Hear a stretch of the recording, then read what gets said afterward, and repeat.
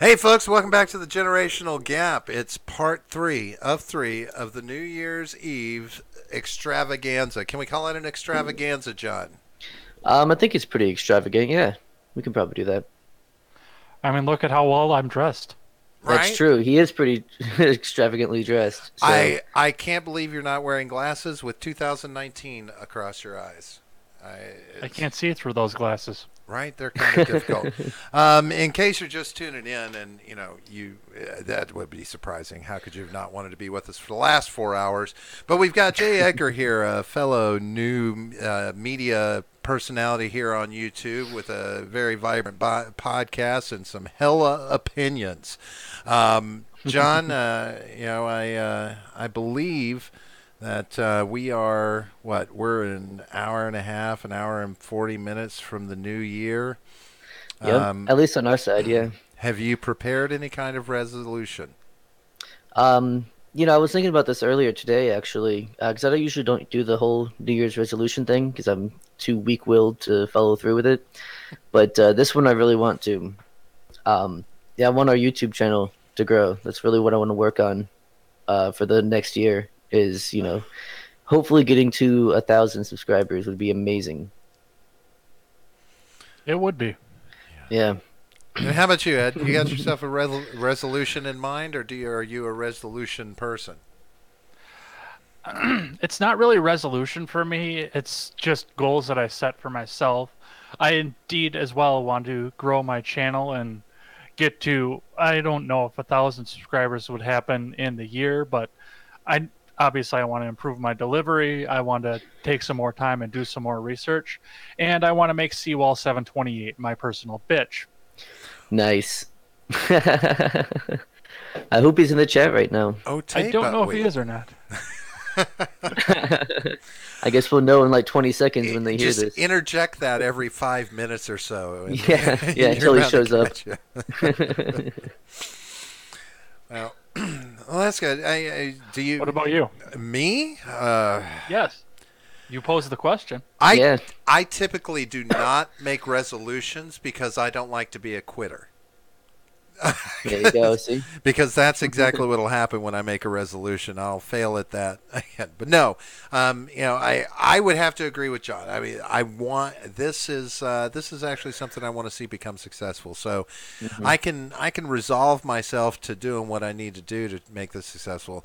I don't know if I'll get any better at what I'm doing, but I'll act like it. Yeah, no, I mean, I want to get better as well. I want to get better at, I hope you get delivery better. I and do. yeah, You know, especially, speaking off the cuff. right? Right? Because Yeah, you never wear cuffs. That's your never. problem. You always wear short sleeve t-shirts. Look at Yeah. see?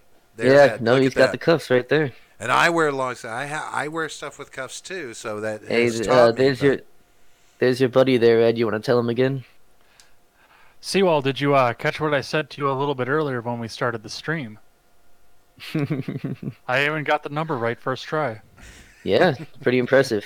I had to look at it like twice. And hey, thanks for subscribing, man, before Ed runs you off.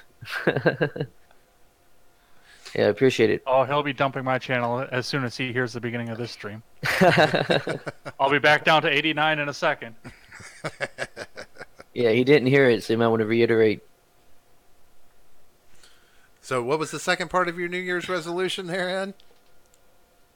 Oh, I obviously it's not resolutions; it's goals that I want to set Oh, for goals, myself. I right. want to grow my Right, right. channel and affect my articulation. I got a negative comment on my articulation this past week, so I want to improve on that a lot. Take some time and do a lot more research to do my videos, then make Seawall 728 my personal bitch. There it is, folks. There it You is. have it. Hashtag And for the blame second Ed. time, even. Nice. Hashtag blame Ed. I I like it. like That's it. funny. Just keep an eye on our subscriber count. Just as a disclaimer, the views and opinions expressed by any special guests on the show do not reflect the views and opinions of those of the Generational Gap. Thank you very That's much. correct. But All they're right. still funny. They are so funny. It's As true. hell. Yeah, there you go.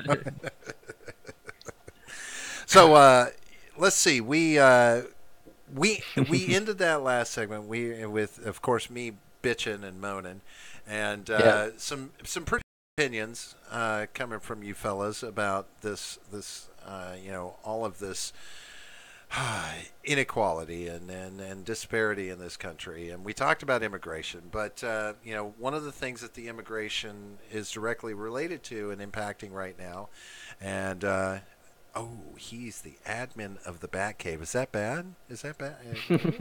Does he it's have? bad I for might Ed, lose I my guess. position in the cave. That sounds like a banhammer to me. Yeah. Sounds like he wields the banhammer with authority. Right. So we mentioned, or I mentioned, the fact that I feel like the wall has been used to take the government America hostage until Trump gets his way, and thus has resulted in the shutdown of our government, as it were. What's your opinion of this shutdown overall, Ed? I mean, where does this stand with you? How does it resonate with you? I mean, seriously. Well, like I said before, I think the biggest problem with the government shutdown is the fact that it's going to open back up again. We said that in the last segment. Yeah. But in all reality, I mean, for the most part, the shutdown isn't affecting anybody in the country. As they said on Matt and Blonde's stream last night, the bathrooms in the national parks aren't getting cleaned. That's a problem, but it's something we can live without, of course, obviously. But honestly, I stumped for the government to shut down, and I think you can obviously infer that from the fact that I said the problem is it's going to open back up. But it did manage to affect me directly. It's true. And how so is it? Back a couple weeks before Christmas, I woke up one morning because I do my regular 40-hour-a-week job, plus I spend almost 30 hours a week working on my channel. I decided that I was still exhausted one morning when I woke up to go to my 40-hour-a-week job, and that wasn't sitting well with me. I had started to make some plans then, because my channel is still small. I mean, I'm still to a point where it would be really hard for me to get recognized if I was somewhere out in public doing a vacation. So I said, I'm normally calm by the water. It's cold as hell in Wisconsin this time of year. I mean, I like the cold, but I mean, once in a while you want a break. So I said, I'm going to go on a cruise. And I went into Carnival and I picked one out. It was surprisingly affordable. I couldn't believe how cheap cruises were. I thought I was going to be at least easily into the 4-figure range, but even with airfare, I was looking at $500 tops to go on a cruise, to go spend a day in the Bahamas, 3 days on a ship, and then come back to Florida.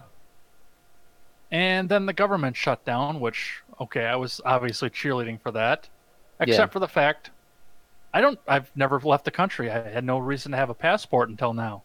And now the State Department is closed. Right.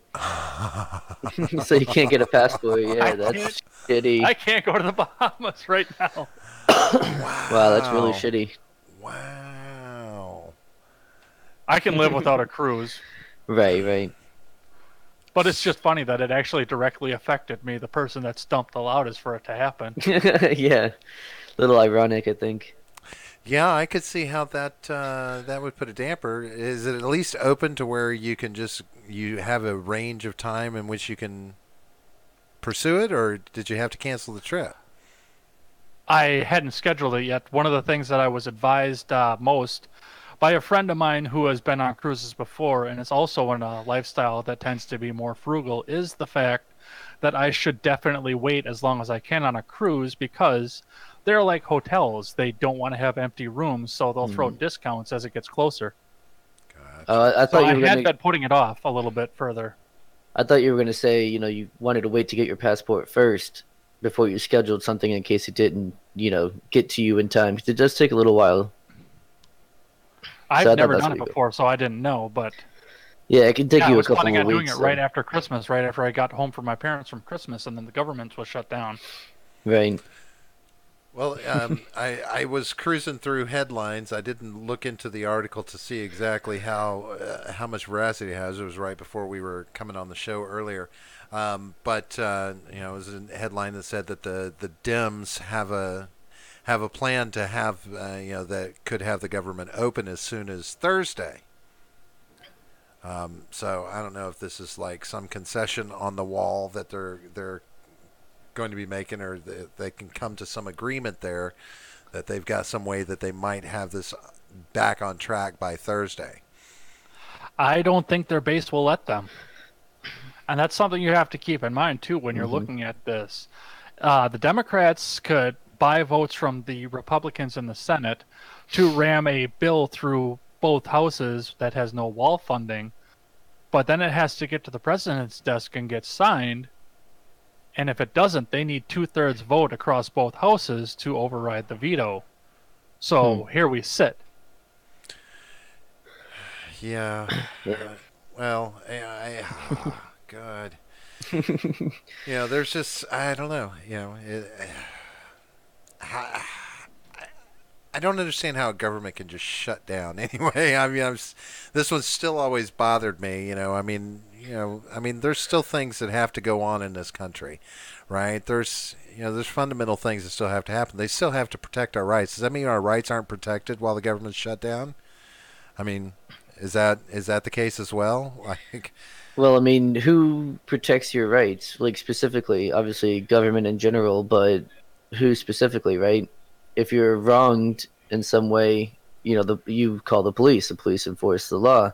Police are paid by localities, so they're not paid by the federal government except for law enforcement agencies like the FBI.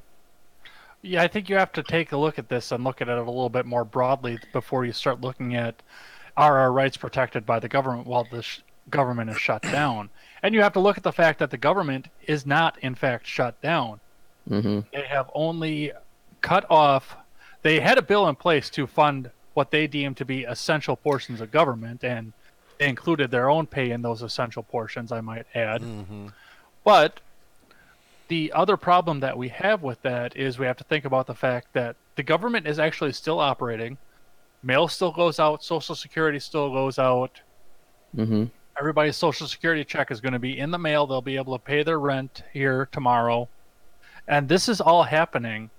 They've cut the National Traffic and Safety Board, the EPA, NASA, and a couple others. I have an article linked on my video on the shutdown. It's just a couple of different things that aren't running. The majority of the government is running. Mm-hmm. And that led to the first time, and dear God, I hope the only time, I've ever heard Alexandria Ocasio-Cortez say something that I actually agree with. And a broken clock is right twice a day, they say, I mean, I'm going to marry her one day, but... Well, I guess it's, things are still running, but I mean, there are, this was mentioned in the last segment, there are people that aren't getting paid, right? So, yes, they'll eventually get paid once the government begins going again, but there are funds that are not being doled out for payroll. And when I think about, okay, yes, and like you said, there are lots of jobs out there they could go get, but, okay, well, do we want, for whatever job they do we want every TSA agent that's not getting paid walking off and go find another job? But I'm okay with it. But yeah, the TSA is useless. You can say they're useless, John, but I mean, to be honest with you, it's those protections, those stringent policies they have that do, I would say are protecting certain things from happening in the skies that could be happening. I mean, do you actually feel safer than you did before 9/11? Yes. Because of things like the TSA and things that you actually do. When I fly, I feel safer, yes. And I have flown multiple times since 9/11. And in fact, I never flew before 9/11. I've never flown before 9/11. As they get tighter in their policies, I feel more protected, because if they're doing that level. Now, that's not to say there's not room for error. Yes, things screw up, but you can't say that, if in this location this group of TSA screws up at this airport, that's indicative of TSA across the board. I mean, you're Well, no, gonna. they fail their I mean, tests yeah, but so across do the board. cars. I mean, we have lemon cars coming off the line all the time, and it puts people in Yeah, jeopardy. But right, and they have a recall, and those yes, but companies that fix does that those mean cars. cars are They don't fix the failures? TSA. No, but what I'm saying, the government doesn't Sure, fix the TSA. They throw more money at it, and it gets wasted they're on improving the I don't know what, technology whatever they're spending it constantly. on. They're working on Go improving ahead, go ahead, technology. go ahead. I have a question. Yeah. Why is the TSA a federal agency? Because we demand that the federal government protect us from outside forces that would seek to harm Americans. I think the states could handle TSA, Yeah. and the consequences would be a lot closer to them from the state capital than they would be from DC, especially Right. if you're coming out of O'Hare or Madison or Dane County or something like that. Oh, O'Hare is such garbage. But That's like the worst airport I've ever been Midway's to. worse. but then Oh that yeah, no, but I've never been there, so I can't speak on it. But that's what I've heard. It's really bad. It's the only place I've ever flown out of. but should does Oh that yeah. mean that states should be governing aviation as well? Yes. I mean, we have the Federal Aviation Commission to regulate the aviation of America, right? In and out across the country. You know, The- everything that happens that Oh, way that to falls keep under it interstate uniform. commerce, though. Does it? Okay, so each state could handle that. So then you're talking about planes Well- having to go from one state to another, and now Yeah. we have to have But- all of these. It's almost like tax law. It gets so fucking Each- convoluted. Each airport has their own air traffic controllers. They have their own, airspace that they are in charge of. That's at the airport level, not even the state level. I could see So that that could working. Well, easily and the be federal- implemented.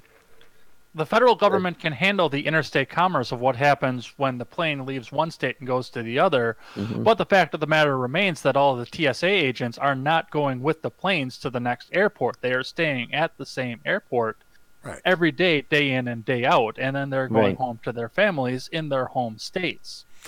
Are flight marshals part of TSA, or are they separate? Oh, the air marshals? Air marshals, yes. They're a law enforcement agency. I forget exactly what they're part of. Would you know, Ed? I think they're NSA. I Okay. think. NSA.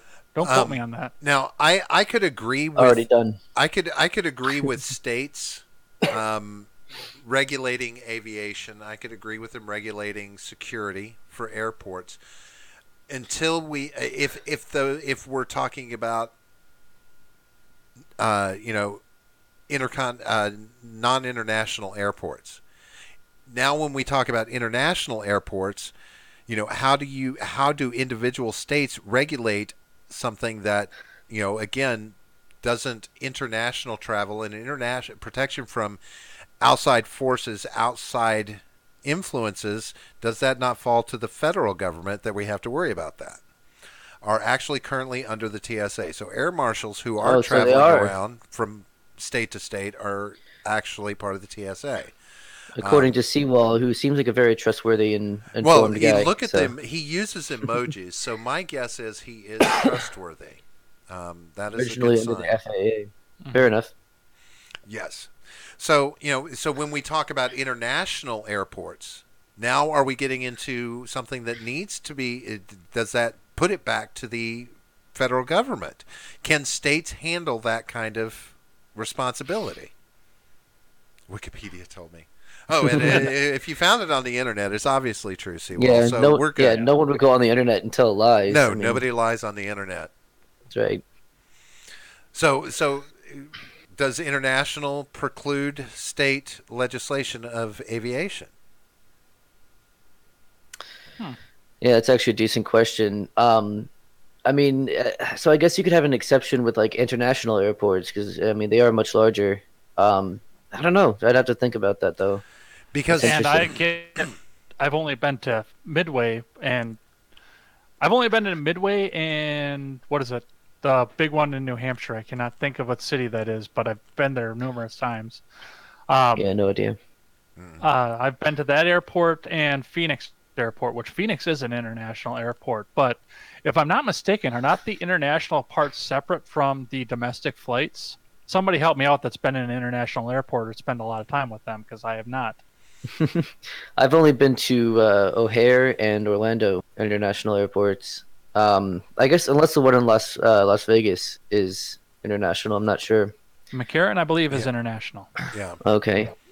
Yeah, that's the most. I Most. spent an hour in Las Vegas once. And what was it? And Ed, if you don't mind, could you give me the question again? The, Are not the international sections of international airports separate from the domestic side? I legitimately don't know the yeah. answer. I've never. Yeah, I know Yes. you have to go So through like customs and go through a different well, section of well, them. Maybe. um, like for instance, OIA.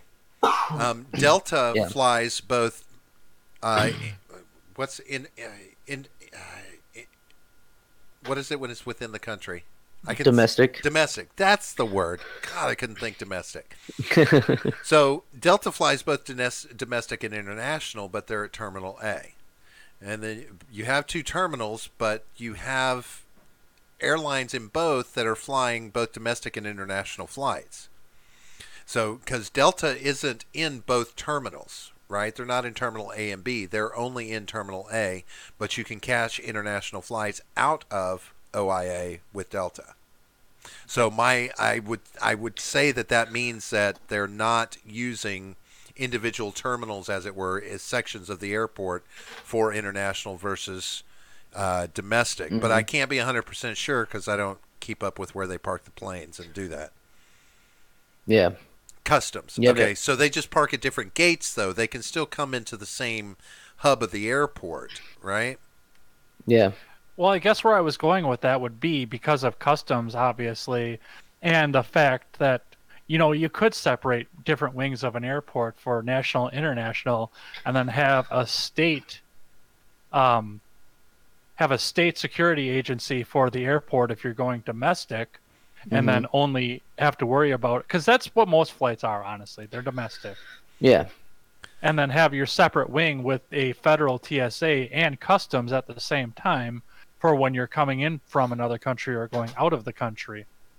That Well, seems like that would actually be a lot more efficient in my eyes. right. Yeah. Absolutely. Well, I couldn't. I couldn't see allowing states to handle anything that deals with international travel. Ultimately, when we're talking about visas and citizens, non-citizens, dual citizens, illegal immigrants, the whole nine yards coming through on planes. The varying standards that states can have, that's the part that throws me. I want, when I think about air travel, I kind of really want to make sure that there's one universal standard in how we deal with it. I don't have a problem with that, and sadly enough, that means relying on the federal government to have an overarching standard that we keep up with, which means regulation, which means, they're, bigger government. I get it, but, it's like the military. Do you really want states being in charge of their own militaries? Well, You no, know? I mean that's a legitimate function of the federal government is the military. Okay, so, Military, international travel, and interstate commerce. Yeah. right. Enforcement of contracts and the like. Hmm. So, I mean, and that ultimately means to me that they, I don't know, they get to take on That aviation, so they provide TSA, and then they don't pay the fuckers whenever they go on a shutdown. And, I used to have a friend or I still have a friend, she used to work for TSA, and I watched her go through a government shutdown where it was like, I don't know, how many years ago was it? A few years back, and it was like a 3 week shutdown, 3 or 4 weeks. And, she was like, I got to borrow money from my parents because I don't want to lose this job. The job market Yeah. wasn't as, as thick as it is now, but she's like, they people grind through their job. This function didn't shut down, but people don't get paid just because it's not shutting down. And, those are Americans. That's, this kind of shutdown. There should always be funding for the people that support that work in the government. There should, for no matter whether it's TSA, military, yes, and sadly to say, even the people who are making the decisions to shut it down, the politicians, they should still get their paychecks. That should not be at issue. Whether you're doing anything, it's okay. You're shut down, fine, but not paying people for functions that they still have to perform, that we still need in this country. essential things. I don't know. I don't understand how they do it. I disagree wholeheartedly with one contended point of what you just said, and that The is the fact essential. that the politicians and the Congress people are still getting paid under the government shutdown, and they should be. If you allow them to continue, and this is where I actually agreed with Alexandria Ocasio-Cortez, God help me. If you are in the government and you're responsible for having it shut down, you don't have a dog in this race. You are just letting your constituents and your little pawns suffer while you continue to live the life of luxury, the lavish lifestyle, and be Nancy Pelosi and go to Hawaii while the government is shut down. Right. Yeah. If you are not getting paid during the government shutdown, you are going to see a lot of really interesting people try and figure out how to get the government back open. And in all honesty, we should have a stipulation where they can't receive their bribes while the government is shut down either. Yeah, absolutely. Right. Absolutely. Well, and I would never agree that it's okay for politicians to get paid while other people in America are sitting around not getting their government paycheck for the job they're doing. I in no way agree with that. But if I were going to say money needs to be set aside so all government employees are still paid, yes, if politicians are going to be considered government employees, they fall under that umbrella. So yes, everybody's still getting paid. Now figure out the government part of it, getting everything back up and operational, but don't stop paying the people that are important, especially when they impact things.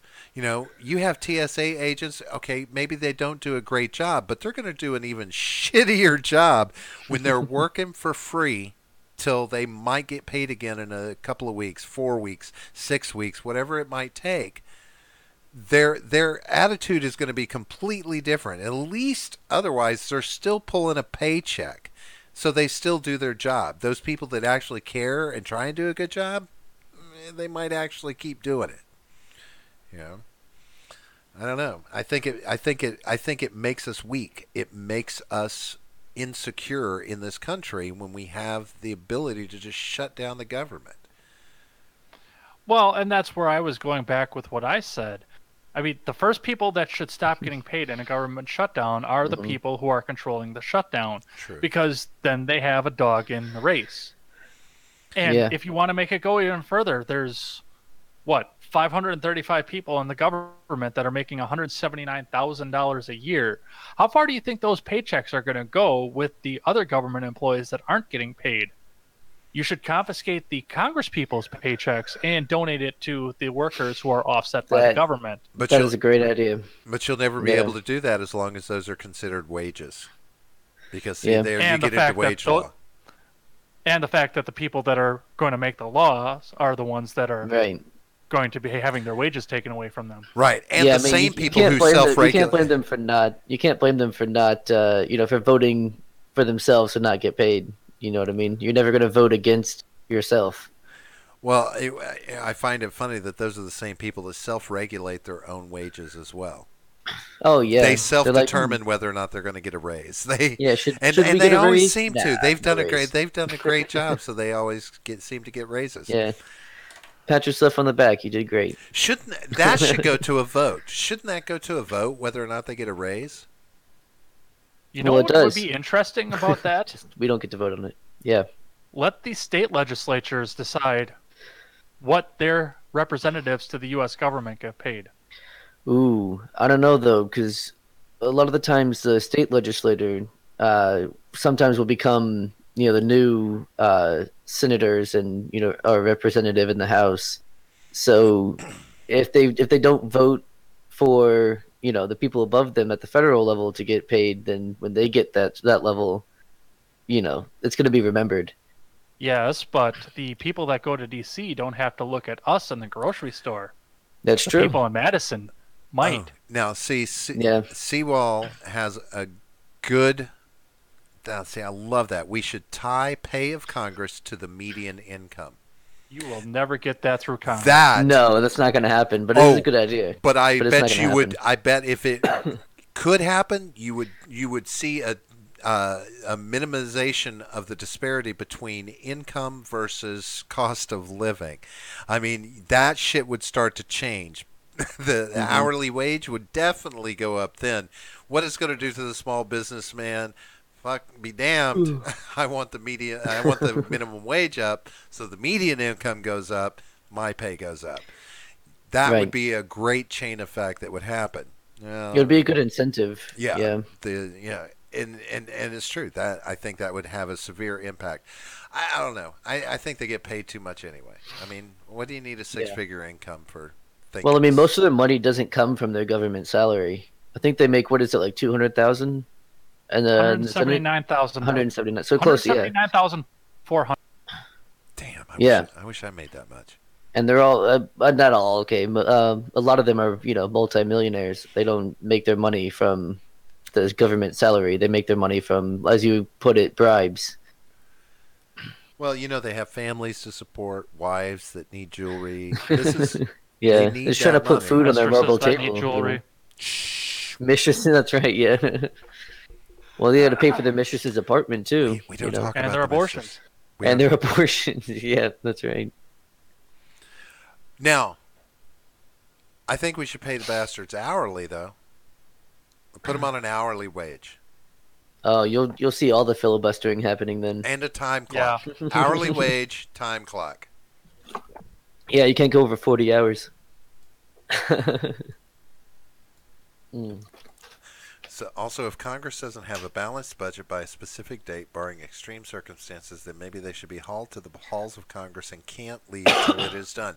Amen. If you can filibuster for 12, 15, 20 hours, by God, yes, keep them locked in. And lay out some sleeping bags get for it 'em. fixed. Get it fixed. Find the compromise and make it work.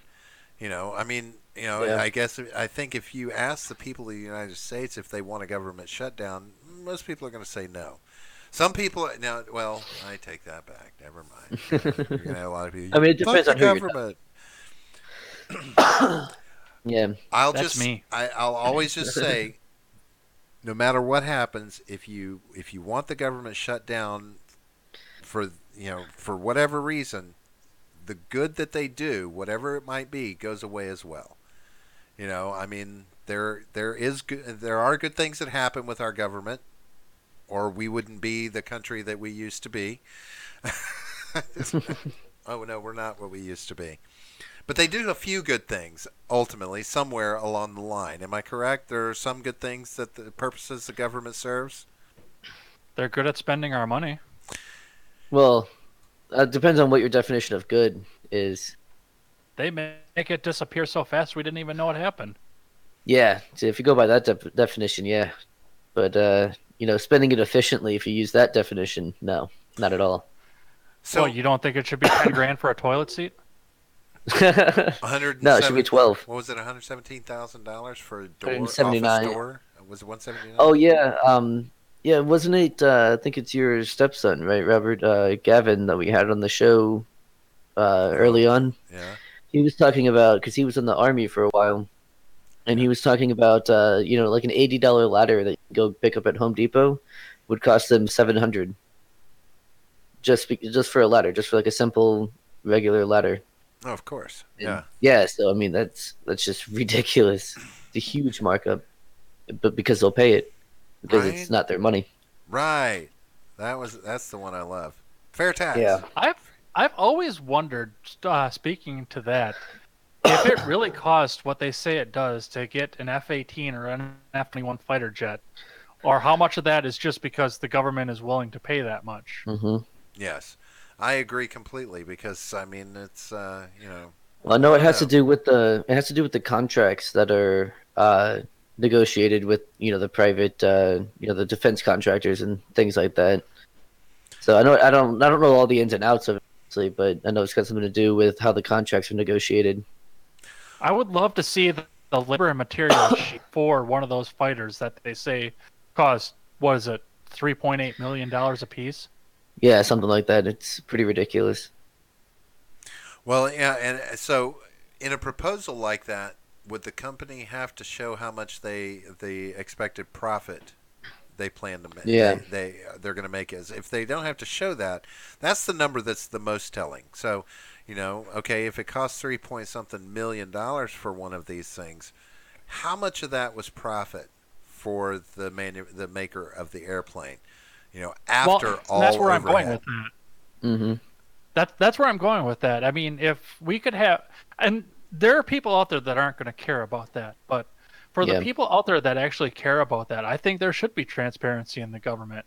I think that any piece of military equipment, any maintenance items that they put to the government, to the buildings, etc., the contractors, anything that they buy from the government, I think there should be a record, put it online so people can see it, where you can actually see the cost, the labor cost, or the materials cost, the labor cost, and the overhead cost, and the expected profit margin of these items that they buy. Because you will see these prices start dropping in a hurry.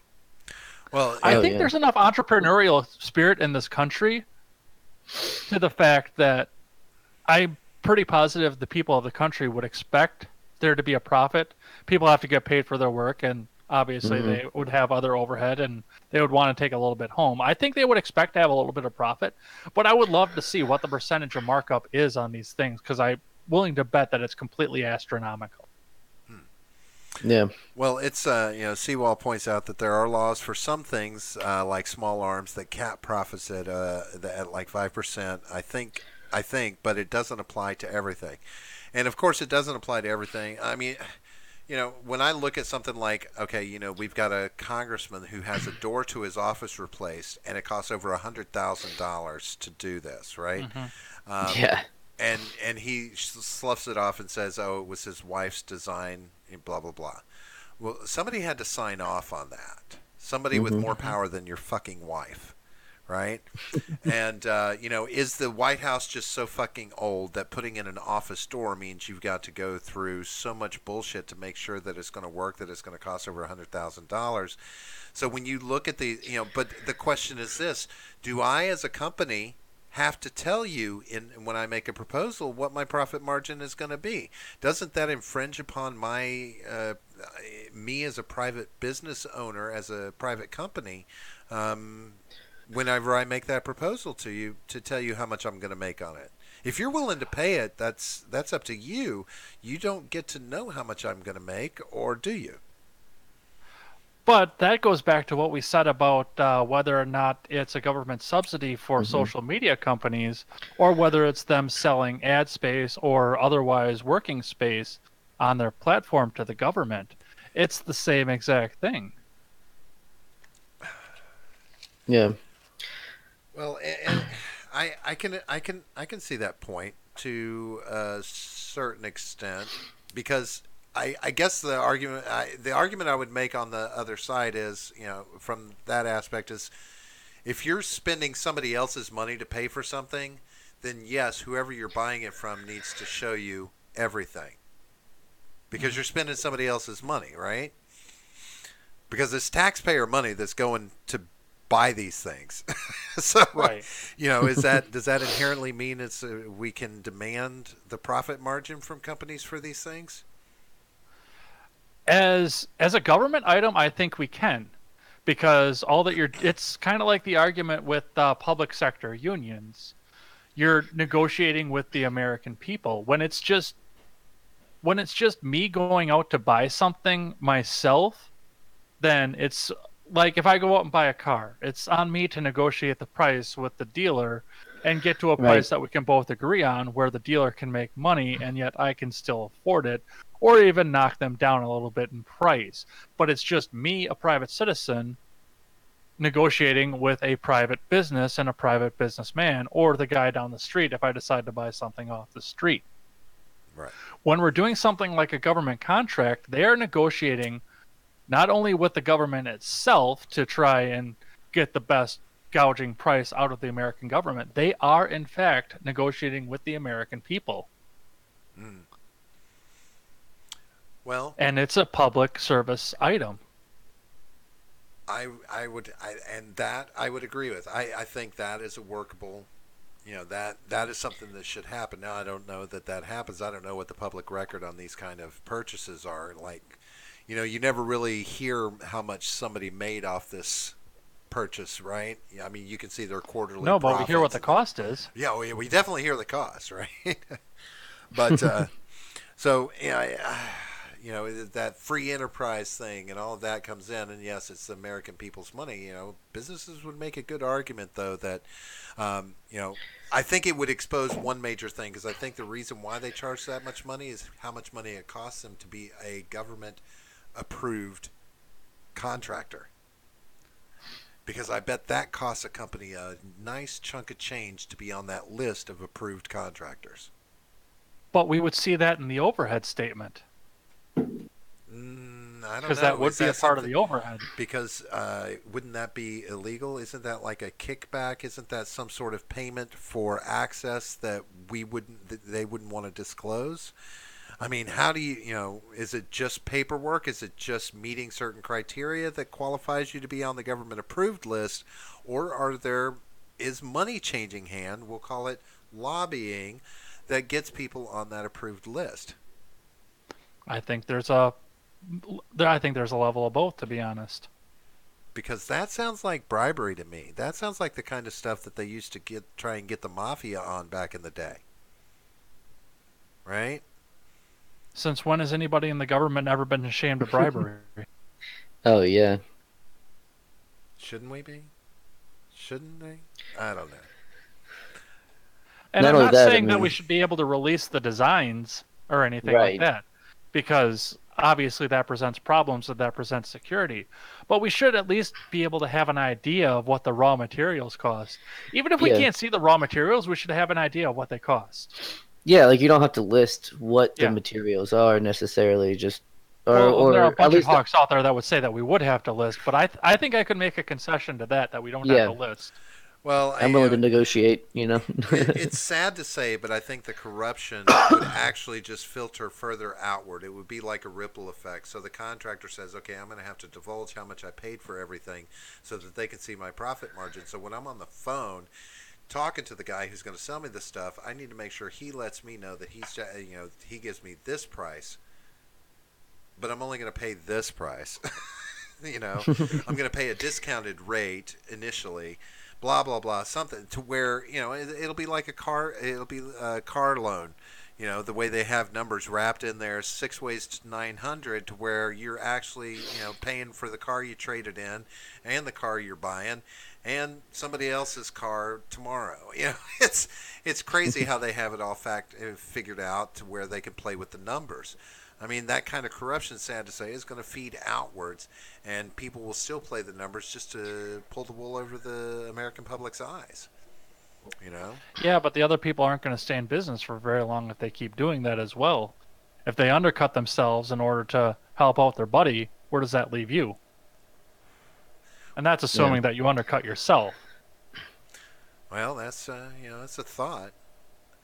All I'm saying is I can go down to the Ford dealer and negotiate on the price of it. Why can't I negotiate on the price of an F-18? right. Because you have left it in the hands of your government to protect you. So military's there, baby. They'll handle changing the diapers. Okay, why can't Ryan Style negotiate on the price of an F-18? Because it's not cost effective for him. He's too young to start getting bribed. Nobody's ever too young for that. That's right. I can bribe a 4-year-old easily. I mean, It's true. we Yeah. teach them young these days. That's it's true, Jimmy. That's if right, you'll yeah, just that's stop fair. crying, I'll give you a lollipop. Bribes start young in this country. It's all corrupt. To be honest with you, I've often thought it was just the government cooking the books, like trying to find places to show money where money's going when money's actually going other directions, right? We throw an extra, $500,000 on the cost of that plane we're going to show, and then that way we can handle this $20 million that's going to these other areas, right? That Who we says don't it's want not? anybody to know about. Who says it's not? Well, I'm a conspiracy theorist. That's just how I figure it. I mean, they're cooking books up there. I mean, but you look at a hospital. I mean, hospitals do it every day, right? We're comfortable with hospitals doing it as long as we have insurance, right? We don't give a fuck how much something's going to cost as long as we only have our copay and deductible, right? But when you take a look at your hospital bill, you still sit around and go, holy shit. My grandfather, 15 years ago, is in the hospital. For cancer. They come in to shave him. They charge $12 for a two-blade Bic razor, a disposable Bic razor, and they put it down as $12 and then $25 for the shave. Oh wow. And they submit this to the insurance companies because the insurance company is going to pay it, right? Or a certain amount of it. Yeah. But I mean, that's part of the problem with the concept of, insurance companies is that since they'll pay these large amounts, the hospitals will charge these large amounts. Same with, the pharmaceutical companies. That's the reason why medicine is so expensive, is because the insurance companies will pay that larger amount. Whereas if they didn't exist, then the prices would have to go down. Otherwise, no one would be able to afford it, and the pharmaceutical companies don't make money. Well, and same with the hospitals. Now it seems like the insurance companies, because of course, they're starting to kick back and they're saying, okay, well, this is the approved amount for that service. This is how much we'll pay, right? So now the insurance providers are starting to have certain things that they come back to you and say, oh, well, we need you to pick up this portion that the insurance company didn't pick up, right? Yeah. In it moving towards your deductible, this, that, or the other, extra cost. Seawall's heading out. He says, well, I'm banging out for the night, guys, but part of the issue with pharma, multiple nations do not respect our patent laws in regards to drugs. Yeah. Understandable. They don't. That's fair enough. Mm-hmm. But we turn around and, that cost is coming back to the consumer now, in some ways. So, that's above and beyond the cost that you're expecting to pay for it. So, but that's not being regulated. So now they can continue to overcharge these things and still get the money. I mean, it's like these costs, lots of costs are being passed on to the American consumer, and they don't realize it. Even fucking jail is being passed on to the American consumer, including the inmates. Did you know that jails are starting to bill inmates for their time in jail now? Yeah. Send them a few $1,000s in bills that they expect them to pay very shortly after they get out of jail. Insurance companies, we didn't get enough for this. We need you to pay some extra that the providers are saying this, that the insurance company didn't pay. Well, that's outside my deductible. That's outside my copay. These are outside the parameters. Oh, well, it's in the fine script that nobody ever reads, and it's too small and too convoluted with lawyer talk. Well, that's what the proposals, and that's what all the money for these things is going to look like. It's just going to, they could have all the transparency they want, but are you ever really going to know? Well, I think that goes back onto a tax argument in the same direction. Right at the beginning of last year, when taxes were being done, I remember I was watching Beauty and the Beta, and Matt was talking about how much he paid in taxes, how much he got Me Too'd out of the tax man, which he definitely did. Oh yeah. In all honesty, he brought up a very good point. We don't care about what we pay in taxes because the majority of our taxes, the majority of people get tax refunds at the end of the year. So they're just paying in taxes across the year. They never see it, and they never care about it. If everybody in America had to write a check for their taxes every year, you would start seeing tax rates fall in a hurry. Oh yeah. It's funny when you mentioned most people get refunds. I got a $2 check for a refund last year. $2. It cost them more to send me that $2 than I got back. It's ridiculous. Like, you can keep it. You were living large. Yeah. They can't keep it. Yeah, no, they can't. Their books have to match. I think the smallest one I ever got back was somewhere in the range of like 64 to 67 cents, somewhere in there. It was a very small refund, but I submitted my taxes, and that was the amount. It was under $1, so they sent me a check for $1. You know how they round? They do the rounding, right? But they sent $1. But there was because I was this was bad. I used to do it by the number. I would still do all the calculations, but it was like a 60-cent cent disparity. And sure enough, they send it back to you, and it's like, what the fuck? Because I thought the same thing you did. I'm like, didn't it cost you more to mail this? If I'd known Right. that, I'd have checked the presidential fund box. I'd have been like, keep it. But the Yeah. thing about your taxes and your tax returns is the fact that they have to match their books identically, and Mhm. they have to match their books identically continuing year after year. The government has, excuse me, the federal government has been trying to send me a $10 check every year for the last 5 years, and I tear it up as soon as it comes because they made Yeah. a clerical error. I counted my numbers 3 times. I paid the proper amount of taxes, and they said I overpaid $10. Hmm. They are wrong. That was the year I had to pay in, and they keep trying to send me that check, and I will not Yeah. take it because they were wrong, and I'm not going to jail over $10 to the federal government. Right. Wow. Yeah. Screw that. So they keep sending it to you till you cash it. I don't know if they're going to keep sending it or not, but yeah, they have sent it every year since 2050, Wow. Wow. and I tear it up as soon as it gets here because I know what it's for. Yeah. That's funny. It's hardcore. Yeah, I didn't cash my $2 check either. I think I still have it actually sitting around somewhere. Why wouldn't you? I felt insulted. I was like, no, I'm not gonna. What am I gonna go to the bank and be like, here, can you put this $2 check in my account, please? Like, no, I don't need $2 that But badly. but if you don't like the way taxes are handled in this country, I mean, you're kind of a proponent of the free tax, right? Or the fair The tax. fair tax, yeah. Okay, so that's your IRS. That's your government handling their business properly. They owe you $2. Yeah, They're I sending it received to you. it. They're following the rules and they're doing Yeah. it the right way. I mean, Well, isn't that what they'll have to- they're handling their job the right way in regards to Mhm. this $2, right? So, Right. it's not like they're insulting you. It's them doing their No. and you got to give them credit for that, right? I mean, they did I it mean, right. I guess, but They could have just now, you would have sat there if they had just sent you a letter and said, "You know what? We just kept your $2 because we didn't want to insult you with $2." no. You probably if would they have let been me, like, "These motherfuckers kept my $2." no.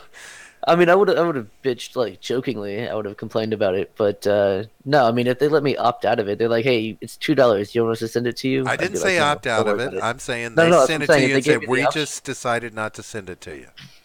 right? If they made the Yeah. decision for you, you would be a little pissed, Mm-hmm. right? Yeah, I guess so. But right. on principle, yeah. But I mean, that's why I I didn't just cash wanted it. to say that as your insulting check keeps you warm at night.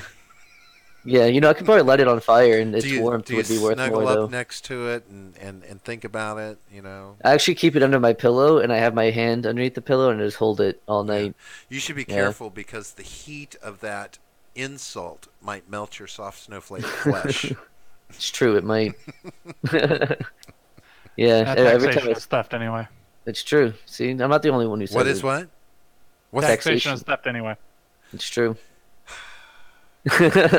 Yeah, no, I know him and my whole group of friends when I say that.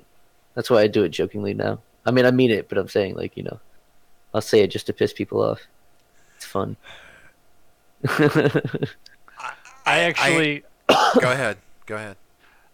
honestly, I have no problem with taxation of the federal government because they handle interstate commerce and they handle the military for us because hmm every state having a military would be a nightmare. Yeah, But the methodology that they use and what they use the taxes for that they keep raising it, I don't agree with. I would Mhm. like to go back to the old style where every individual state figures out how to assess taxes against its citizens in the best way for the states, and then the states pay federal tax. right. That is a much better solution. Except California would screw us over because they're $4.2 billion in debt to the federal government. Oh God. It's No, not a big number. sorry, I believe they are with a T at this point. Oh yeah. Yeah. Holy shit. It's not really a Hold on, lot. I gotta look I mean, that it's one up. really not. That's not a lot of money for a state. I mean, they're a big Oh, state. You know, they need a big budget. Wait, aren't they also like the sixth largest economy in the world? seventh. So Seventh. let me qualify. Let me make sure I get some clarification here. So when if taxation is theft, that refers to income tax, or does that apply to all taxation? That's on Uh, you because I've just qualified myself on the yeah, taxation. I usually refer to like the federal income tax itself. So like I'm fine with things like a sales tax, because that's What about voluntary. state income tax? State income tax, I mean, because it is the state, that's deciding that. I don't know. What's that? I mean, we live in Florida, right? So we don't actually have Right, a we don't state have it. income tax, which is great. And I mean, somehow we're still around, right? So obviously it can be done without it. So I think that it's best not to have it. I mean, I because have a state income tax. do you right, You and that's you do?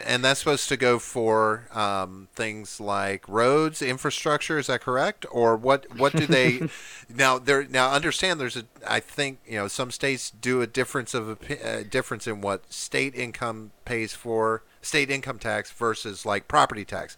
We pay property tax on owned homes here, which Hmm. support schools and roads and things like that, right? So, So do we. what does your state income tax supposedly is apportioned to? Welfare.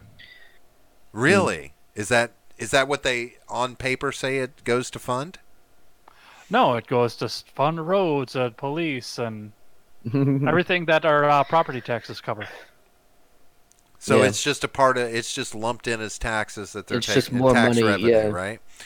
So when you say welfare, is your state is Wisconsin that much of a welfare state? Is it prevalent there, or are you just talking in general, more in a broader sense of the word? Well, I mean, there's farm aid that goes into that too. I'll qualify that because that is an Mm. important part to our society, and crops are in the crapper right now as far as payment goes. But for the most part, it goes back into Dane County, Milwaukee, Kenosha, and Racine. And those are primarily that's a lot of that money is being used for welfare. Is that correct? Those are the hardest hit areas. I say hardest hit, but Yes, most I think prevalent. Kenosha County is actually pulling out and turning around because they're getting a lot of businesses that go there because they're right on the state border and nobody wants to pay Illinois taxes. Yeah, definitely not. It's Now, horrible over there. now, with those areas that you mentioned, what would normally be the primary income for those areas that provides jobs and et cetera? I mean, is there an industry like is it mostly agricultural or Kenosha County is a lot of warehousing. There's not as much They're starting to get a little bit more manufacturing back, but Kenosha County is a lot of warehousing and a lot of truck transfers because again, Kenosha County sits right on I-94, which goes directly into Illinois. They are right on the state line, and there are two other state highways that go there. There is still a semi-active shipping port that goes into Lake Michigan from Kenosha County. And again, there are roads that go everywhere. Racine County has a little bit of manufacturing. Unfortunately, honestly, the majority of Racine County's income comes from retail, which blows my mind the fact that they can stay solvent that way. Milwaukee County is a very, very mixed bag. There's a lot of healthcare that goes on in Milwaukee County. There's some manufacturing. There is a very active shipping port into Lake Michigan from Milwaukee County. Milwaukee County carries a lot of tourism. Hmm. Um, and again, there's the retail aspect of it because that comes from tourism as well. But for the most part, Milwaukee is a place where people go to work from other areas around. So the majority of the people that are actually residencies of Milwaukee County are going into retail and catering to the people that are coming from Ozaukee County, Kenosha County, Racine County, and all the surrounding counties to go to work in Milwaukee. wow? As far as Dane County is pure tourism. Oh yeah, No. There's a Yeah. little bit of manufacture here, but well, here I don't live in Dane County, but I go to work Yeah. there myself. Yeah, Florida is basically all tourism, and so I A think lot of it, yeah. that's part of the reason why we can survive without state income tax.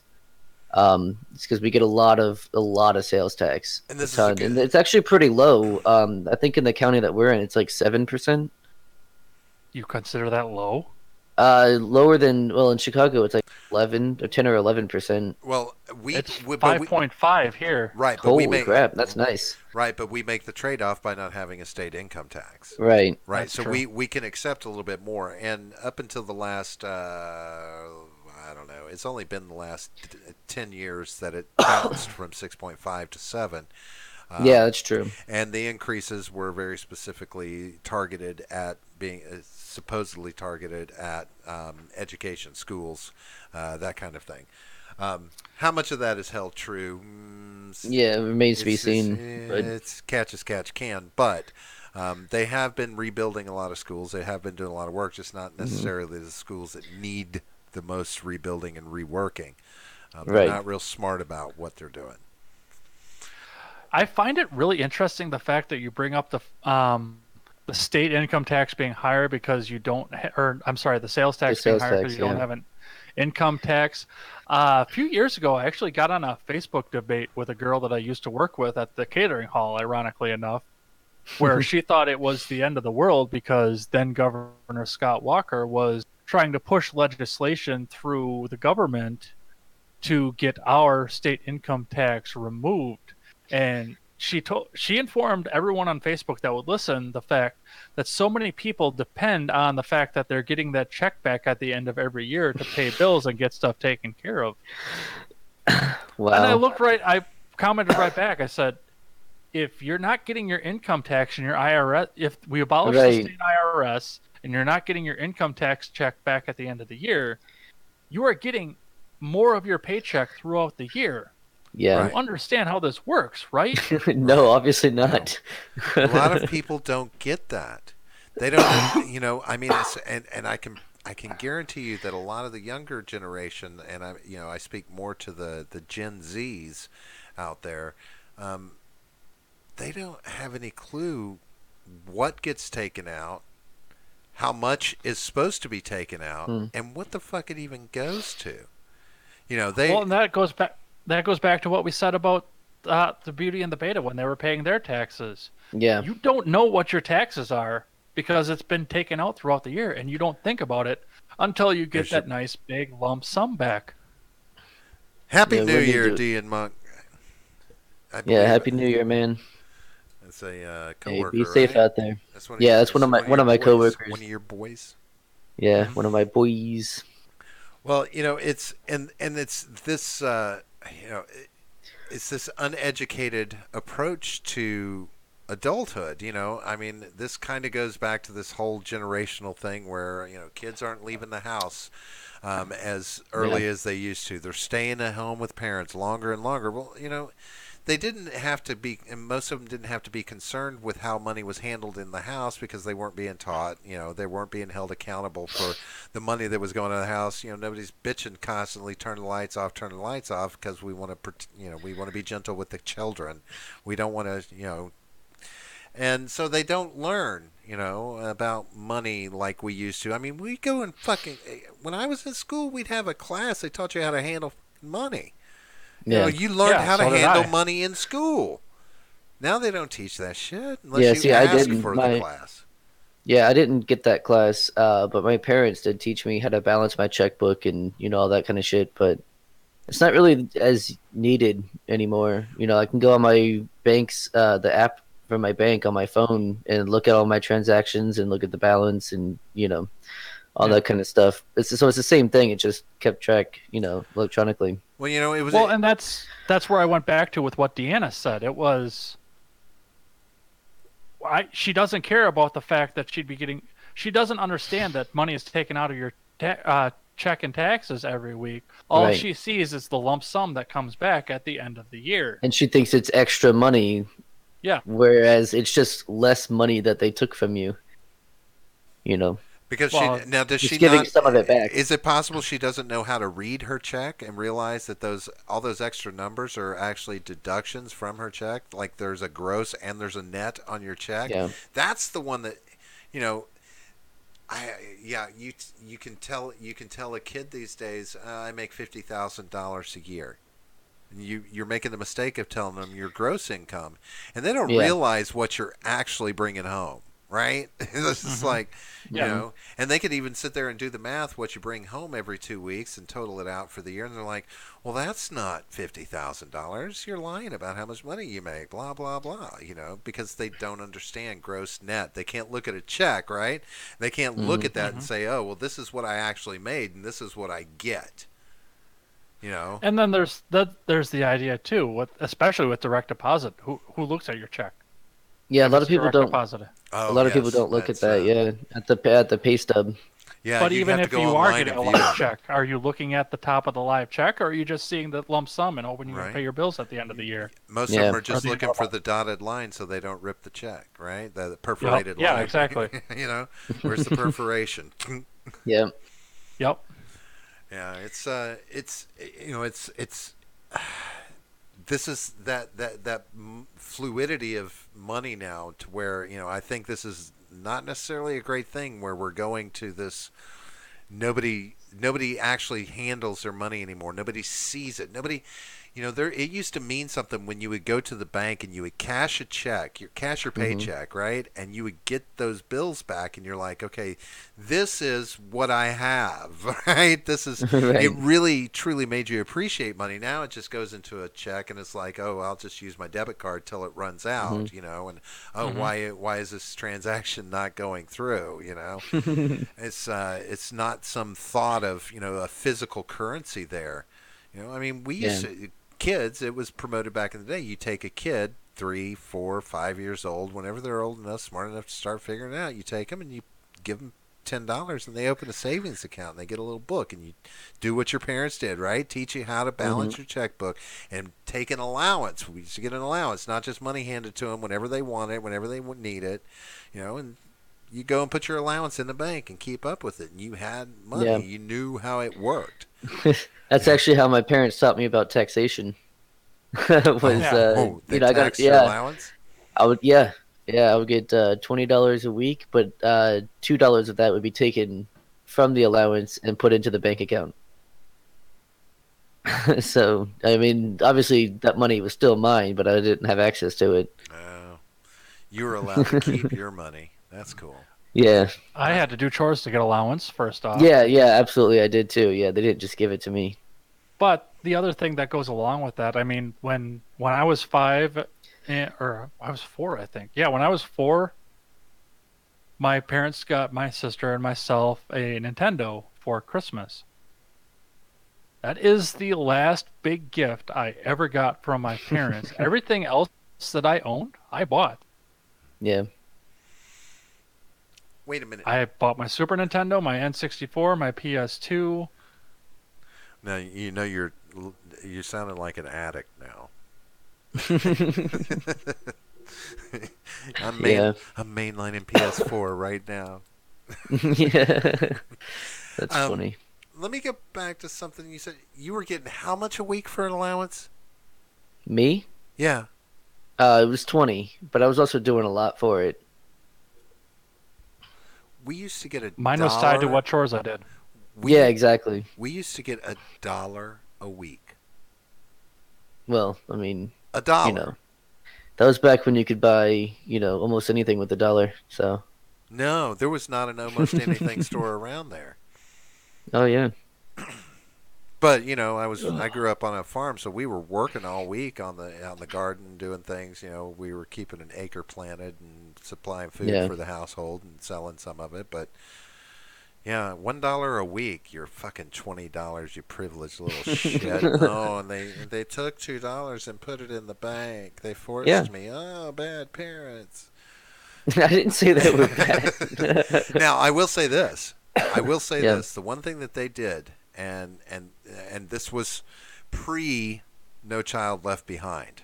Okay, so there were no hand holding going on. We got paid for grades. Yeah. So I made $3 for every A I brought home on my report card, 2 for a B, and I would get 50 cents if it was a C. Never made below an A. And it was the incentive of getting paid for those grades. And it taught me that I was getting paid for working. Yeah. It was a Well, very what's simple funny? thing. And most of the kids in my school were getting the same thing. They were being paid for Yeah. their grades. My parents did that as well, except for it was 20 for an A, which I almost never got, 10 for a B, and nothing else. I'm shutting you out of the stream. I didn't get paid for C's, though. So, I mean, the price goes up a little bit, I guess.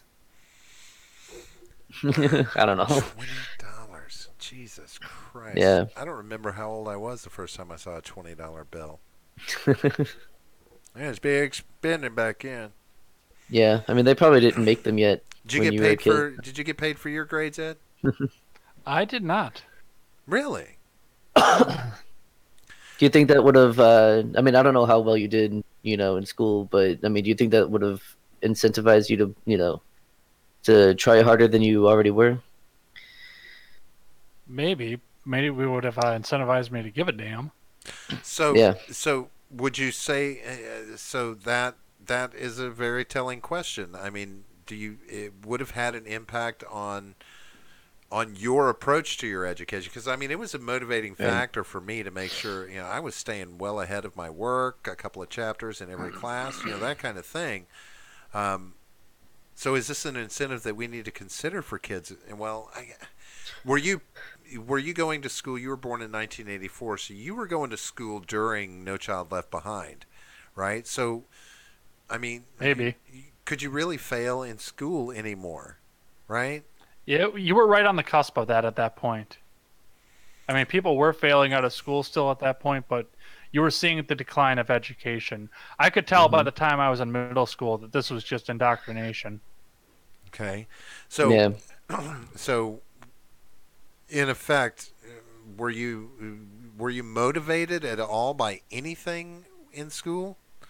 No, I was bored as hell. Yeah. Well, now that was I have that an because eidetic you were... memory you have to keep in mind, and I was years ahead of everybody else. Okay, well, But it was so you before they weren't started doing challenged. the skipping grades programs. So you weren't challenged, I wasn't doing my homework because I was too bored with it. right? Yeah. My daughter's in a gifted program, and they figured out she needed to go into a gifted program because she was bored because there was no challenge to school. Sounds like the same thing you had. John kind of has spoken to similarities there. Yeah, I was faced in. the same things. Yeah, I was in. It was called GATE, Gifted and Talented Education, Yeah. that I was in elementary school and middle school. And I think that that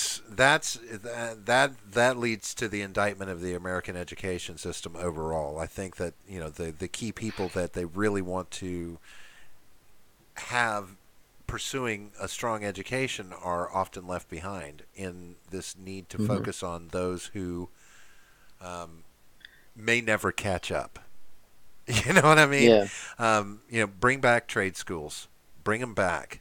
If Yeah, they're that is a if good they idea. can't cut 7th grade, send them to a trade school. They will have a better fucking life, right? I mean, I think you should wait a little longer than that, but I mean, I agree generally. Well, how old are you in 7th grade? What 12. are you, like 12? Yeah. Is it only 12? Yeah. Because I remember I yeah, turned 'cause I have 14 a in ninth 13-year-old grade, that so. okay, 9th grade. I should say 9th grade, because then you're like 14, 15 years old. You can go to a trade school You're for like, 2 years yeah, and then 14. come out ready to pursue a career.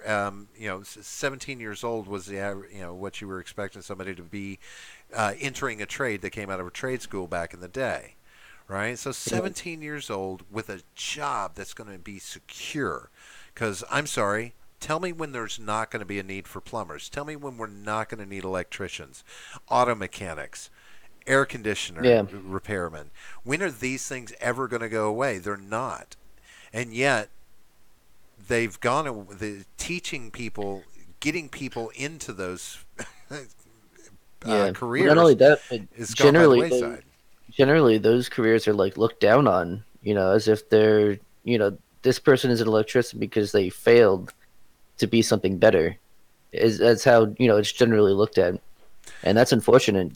The government they could get away with they could get away from the No Child Left Behind and do away with that outdated legislation and turn around and reinstitute trade schools and take it on as a government, even state level to federal level decision funded by the federal government, and it could be lumped under infrastructure, because you need these people. You need these blue collar workers in these very specialized fields, electricians, et cetera, et cetera. You need that in this country. And that could fall under the purveyance of the federal government providing infrastructure, or on the state level providing infrastructure to where it wouldn't be costly, and you would do evaluations, right? You can evaluate when somebody's not going to make it through fucking high school. I'm sorry, there are tests that will prove it, that you know. Yes, but if you're going to make the case that somebody's not going to make it through high school, then you're actually going to have to up the standards back up in high school, into which people can compete in the real world with a high school education. Exactly. Which is not the case. And it wasn't the case in 2002 when I graduated. But if you take No Child Left Behind out, then you create an environment where that becomes the standard again, where we're going back to focusing on an education, where we're not just, normalizing all education to where anybody can figure it out, where a seventh grader can take a GED and graduate high school. We would allow it to start normalizing again from an educational standpoint, and you don't force these students out of the school. You give them the choice, and you lay it out point blank. This is where you will probably be when you walk out of high school without the kind of education you need to function in the real world, or we will provide you with an education that will let you walk out into the real world with a job that will provide for you for the rest of your life. Right. It's a choice. Well, it's just then continue on through school. It's the major difference in what I went through versus what my dad went through. My dad and my dad's older brother, neither one of them graduated high school, and this was in the late 70s. My dad is a machinist. He's a mathematical genius, and he can convert metric to standard in his head. And my uncle, my dad's older brother, owned a business and engineered and designed meatpacking equipment for just about the entirety of his career. These are people that didn't graduate high school and dropped out in the 10th and 11th grades and went on to work in the field. In 2002, first of all, we were indoctrinated to believe that you couldn't do anything if you didn't have a college education, and that you were going to be in debt for the rest of your life if you didn't have a college education. But in reality, I was looking around at the people I was graduating with and realizing that if they had not gone and continued their education, they were not going anywhere in the world because they were dumb as shit. Yeah. Because it had become indoctrination. It had become state propaganda where you graduate by reciting the proper lines. I figured this out in 8th grade. You graduated by reciting the proper lines back to the teacher in the proper way and agreeing with what the teachers union decided that you needed to agree with and do. Yeah. And now they're trying to extend that to college, and you can see that by the fact that they want free state-run college. How long do you think it's going to be before that turns into an indoctrination center itself? Oh, I mean, it already is, but... If you have to pay for it, then you should be getting something out of it. Yeah. Number one, you should be getting something out of it. And number two, you're going to incite the competition among the people to try and get into this and take the best out of it that they can. If they're getting it for free, they're just going to sit back and slack off and screw their classmates and drink and not do anything about it. Well, now I would agree with that. That's my rant. With a caveat. I think that if the first 2 years of your college education were provided for you, and Bernie Sanders has suggested this, and I can agree with him on this, if the first 2 years are provided to you free of charge, it's still a pass or fail. If you don't pass, you don't come out with a college degree, a 2-year degree. So that's that. It's not like you can just laze off and say, fuck it. Yeah, you can go burn 2 years of your life, but somebody's got to support you in that. Whether it's you going to get a job or your parents footing the bill for it, as long as they want to. So that's up to them. Some parents don't love that idea. But if you go to college for those 2 years, well, okay, so what if the standard is to get a certain level of job in this country, much like it is now, you must have 2 years of college passed with an acceptable level. Let's stop saying that D is a passing. D is for dumb. Oh C yeah, C that is is ridiculous. C is barely even close to average in my opinion, but it's still not Mhm. above average. So you need to pass your college, get your 2 year college degree for free with a B or better average to achieve X amount of X level of job, right? So otherwise you're going to go blue collar. You're going to go I get mean, yourself a retail so or restaurant job, some bullshit that doesn't require a lot of thinking because your credentials from college. You have to earn the right amount. yeah, they do that with scholarships now. If you don't maintain a certain GPA, then you lose your scholarship. Hmm. So I mean, they kind of already do that. It's not free, but if you get like a partial scholarship, it's a lot cheaper. If you manage to get a I full ride, then yeah, you have to maintain usually a 3.0, I believe. And then if you don't, you lose your scholarship. I disagree fundamentally with Rob here at a Me too. at a collegiate level. I think honestly, I could go with what you were saying if they rolled that level of education back to high school. Like if you were getting that level of education that you would get out of your first 2 years of college in high school, like it used to be, I would be okay with you getting free up until that point. If you are 18, you should be able to go out and make a decision in the world, and you should have something that challenges you at that point. Hmm. If you would need to have 2 more years of education to decide where you're going to be in the country, whether you're going to pass or fail, then you should not be endowed adult rights. You are still a child at that point. That level of education back to 12th grade, and let college still be for academic growth and learning how to think and develop new ideas. Well, I can agree with you Hmm. that the educational standard has to be brought up. But as long as No Child Left Behind, that kind of mentality still exists in Washington, with our educational system.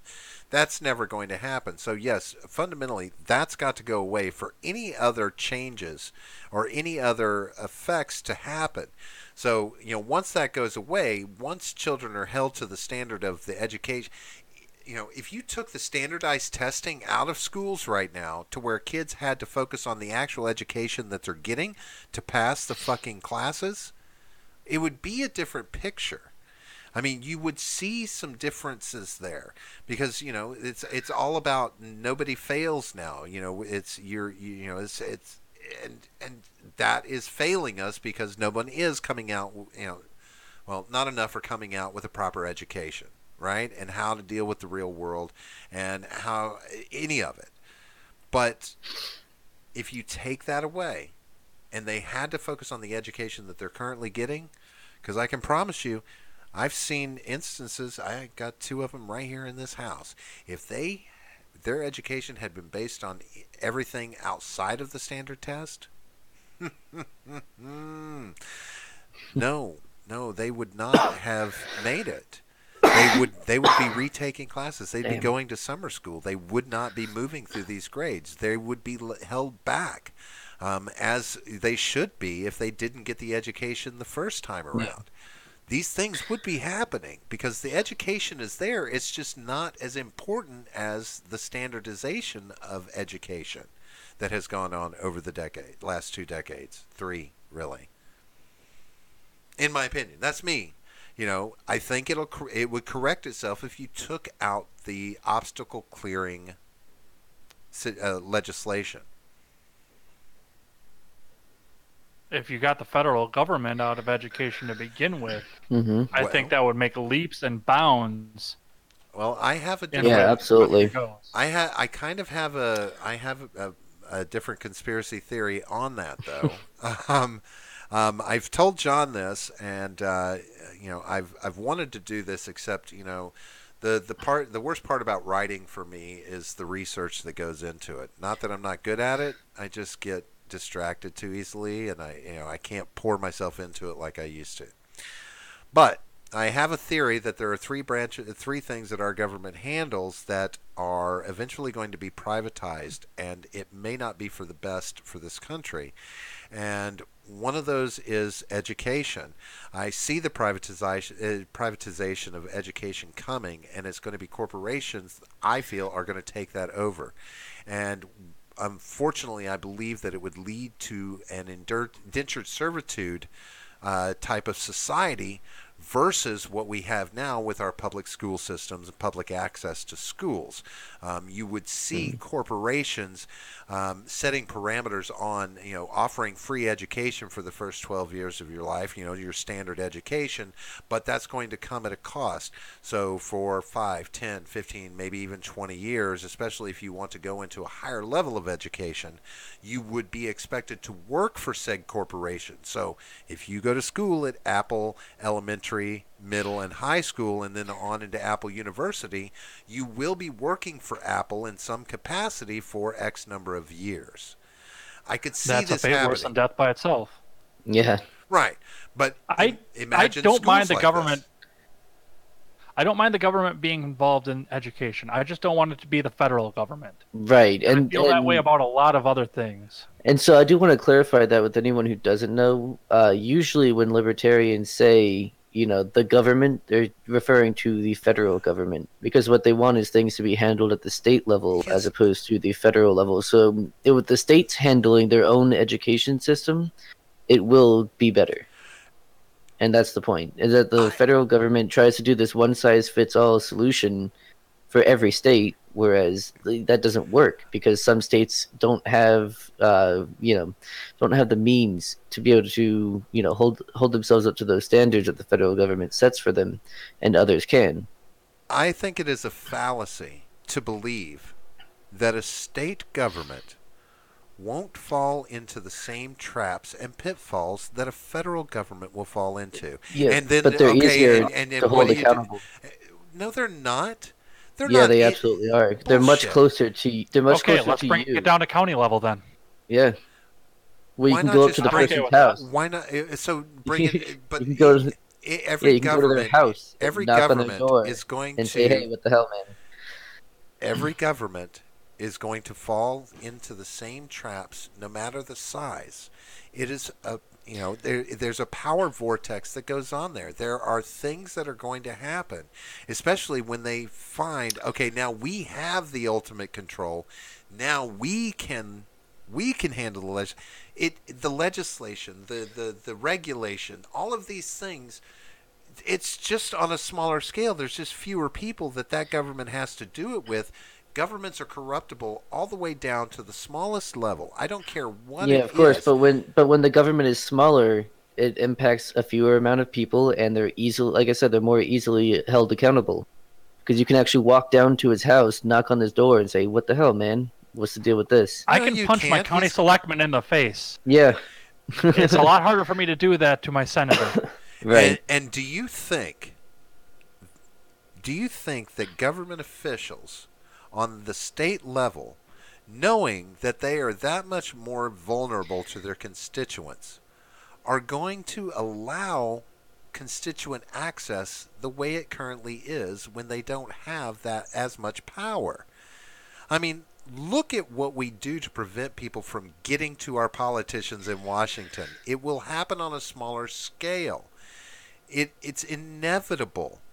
When someone holds all the power, they have to have it protected, and they will do it in whatever way is necessary. Well, they don't hold all the power, though. When you take it from the federal government and give it to the states, the states now have the bulk of the power. For many people, they would rather there not be a federal government at all, except for the military, and let the states run everything else. But I mean, yeah, I'm generally down for that. And then you got to rely on your state to make the right decisions for you, when knowing full well every state has a divisive population. There is no total Republican state. I don't give a fuck what you say. There's Democrats and Republicans and independents and Green parties in every frickin' state out there.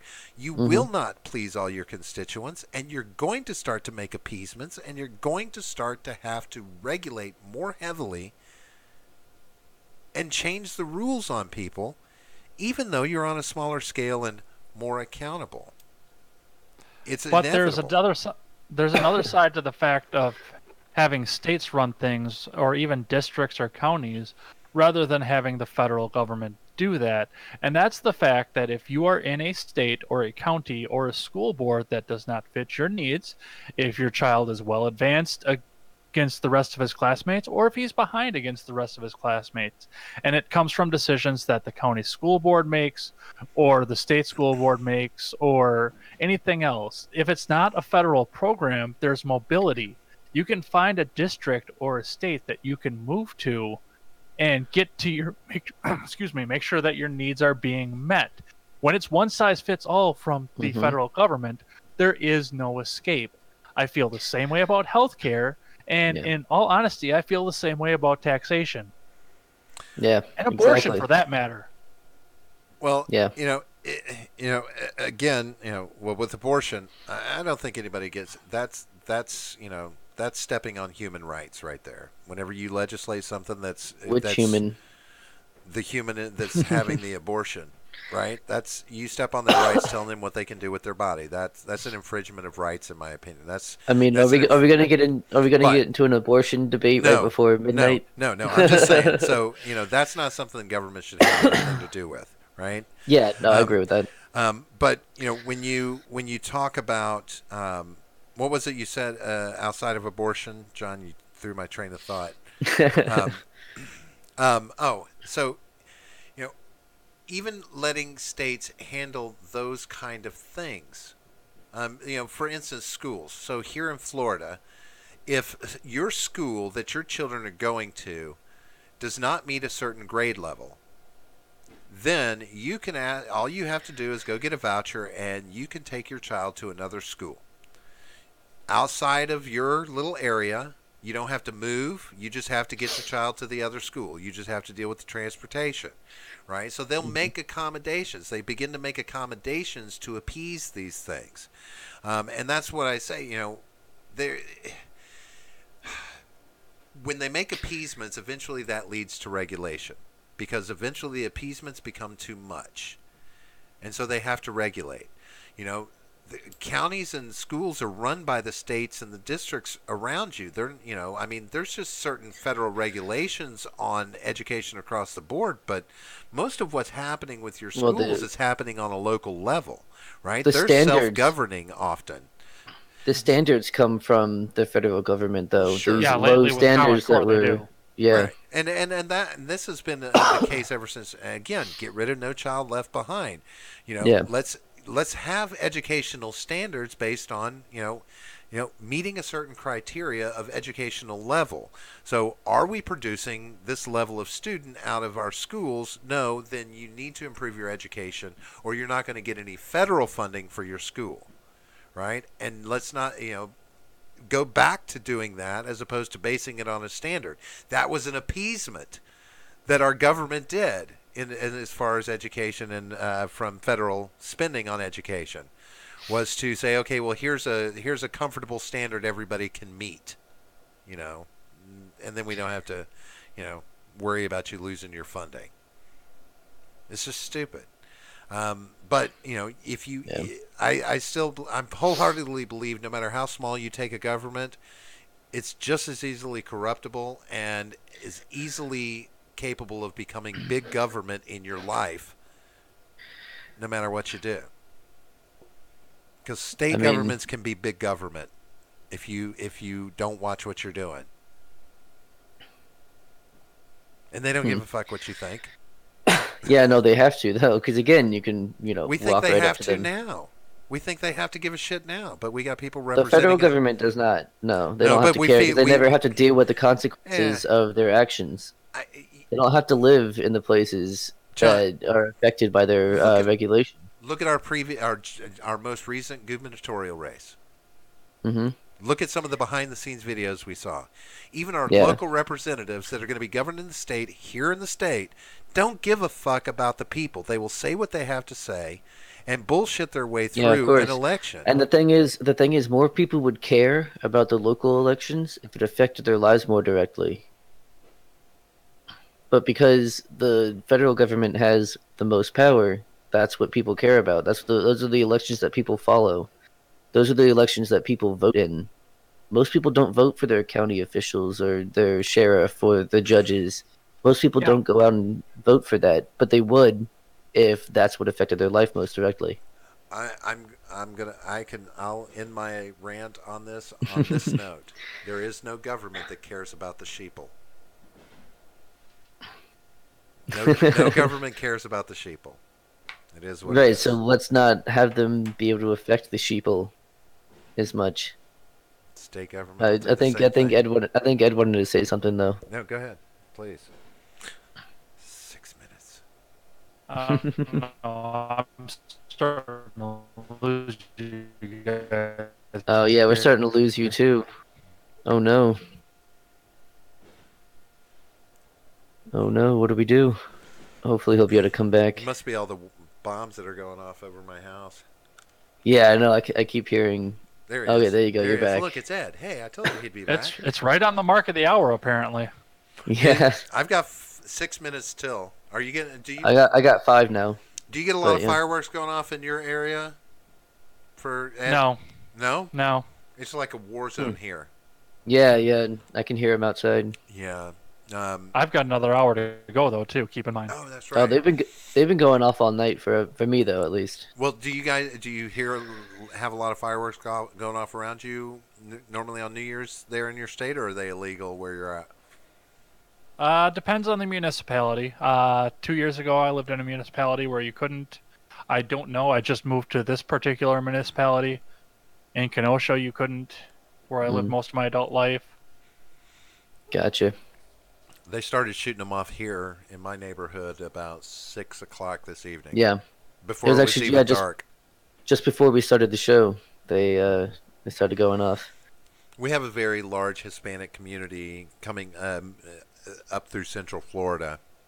Mm-hmm. And I kid you not, both here and the house that I used to live in, the neighborhood right next door to this, tonight I'll be able to go outside and it'll look like I'm stepping into a nighttime scene in a war-torn third world country. It'll just be smoke and explosions everywhere. Yeah. Like, are you kidding me? But anyway, so John, you were gonna. Oh, Ed, you were about to say something, weren't you? Yeah, before your internet crapped out. I don't remember. All right. I knew this amnesia was contagious. Yeah. Oh man. Yeah. So we're nearing the end of the show here. I don't know if we told you, Ed, but we decided to only do 6 hours. It's our first long stream, and Robert sprained his vagina the other day, Oh, it was and horrible. so It was horrible. yeah, so he's not up for staying up all night. Actually, I I- just sprained the clitoris. Sorry. Mm, I wasn't told, but I was able to infer it from the titles of the streams. gotcha. Yeah. Fair enough. Yeah, I'm surprised I didn't put nappy time after this one. Yeah. You do a sleeping stream. Yeah, that's what it would have been. Yeah. No, It works for I don't people think though. Apparently, doing a sleeping stream, it works for people. It's weird. Really. People will watch the strangest things. I'm not that Yeah. pretty when I sleep. I drool a lot. Yeah. Well, it's kind of cool. What it was Ben from the Drunken Peasants did like an 8-hour like sleeping stream. Nice. Yeah, but what he did was he did the text to voice thing. So when someone sent him a super chat or a Streamlab, it would come out over the speakers that were in his room, and so it would wake him up. And so people were messing with it, Wow, that's all nice. night. And so yeah, it was good entertainment, and he was just sleeping. Wow. Like so, he was getting paid to sleep. We gotta Sounds kinda good. We got to get popular so we can pull that shit off. Yeah, right. When we do, Ed, you want to have a sleepover? Yeah. We'll do Yeah, a Gin Gap sleepover. Nice. yeah, sounds fun.